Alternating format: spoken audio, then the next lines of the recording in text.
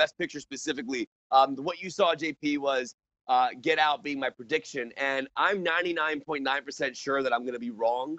And I'm not trying to do a bid or cop out from my prediction here, but theoretically speaking, and you guys all know about betting and statistics and how things factor into what's going to happen, but theoretically, the movie that's going to win Best Picture is probably Three Billboards, Jason's movie, because it won the BAFTA, it won the SAG, it won the Golden Globe. Then you have The Shape of Water, which is also a major contender here because that won the PGA, that won the Directors Guild Award. So theoretically, those are the two that any sane person should be choosing. I have a feeling about Get Out. Get Out is the third factor in the three frontrunners. It hasn't won any major awards. There's really no reason to pick it other than the fact that I think it's the better film of the three, and I think it could surprise. It won the Writers Guild. Jordan Peele's going to be winning the Screenplay Award on Sunday night. Also, he's nominated for Best Director. It has a Best Picture nomination, has a Best Actor nomination. I'm probably going to be wrong, but I'm going to go with Get Out. I'm kind of putting that good vibe out there to see what happens with it. But you're probably going to hear Three Billboards or Shape of Water on Sunday night for Best Picture. I want Dunkirk. Dunkirk's to win, but Jason, I think that you're going to hear Three Billboards. I mean, if you're looking at statistics and number, that's the one you're going to hear. I mean, I saw Dunkirk 9 times, so I saw it 6 times in theaters, and it was the greatest cinematic experience I've had personally in a movie theater. So I would love to see that win, and that kind of leads us to Best Director because the director race this year is very interesting. The gentleman who directed Three Billboards is not nominated for Best Director, which I always find so fascinating that they can nominate a film for picture. I know they have a 10 scale on the picture, but only 5 nominees in the director. But to me, if you're going to give a film Best Picture, you have to understand that the director is the reason why that film is winning. He's the one that put the whole thing together, or he or she. Well, they might think, just to counter that, they may think that any director, given the script and the actors, could have a worthy film.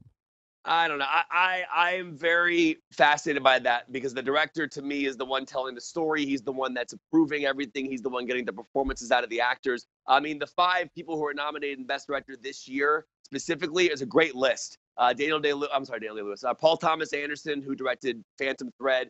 Christopher Nolan, who did Dunkirk. Jordan Peele, who did Get Out. Greta Gerwig, who did Lady Bird. And it really is a great category. I think it's going to go to Del Toro. So what's going to probably happen Sunday night is you're going to see Del Toro win for Shape of Water. He won the Directors Guild Award. And then they're going to give it to Three Billboards probably for Best Picture.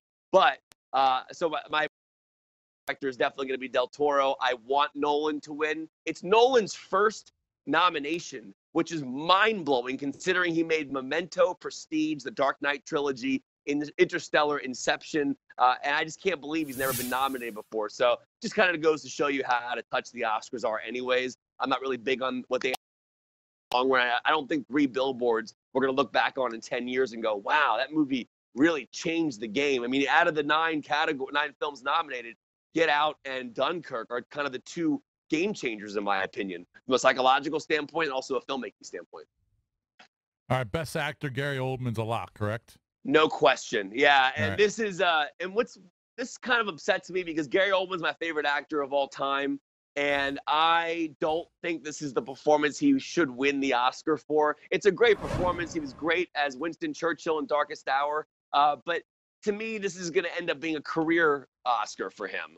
This is kind of like Denzel when he won for Training Day. Even though Training Day was great, they were kind of giving it to him as like a make good for all the things he didn't win for prior to that in the leading category, specifically Malcolm X. But this, because he had won for Glory and supporting, but this particular category is locked. Gary Oldman, no question, is going to win.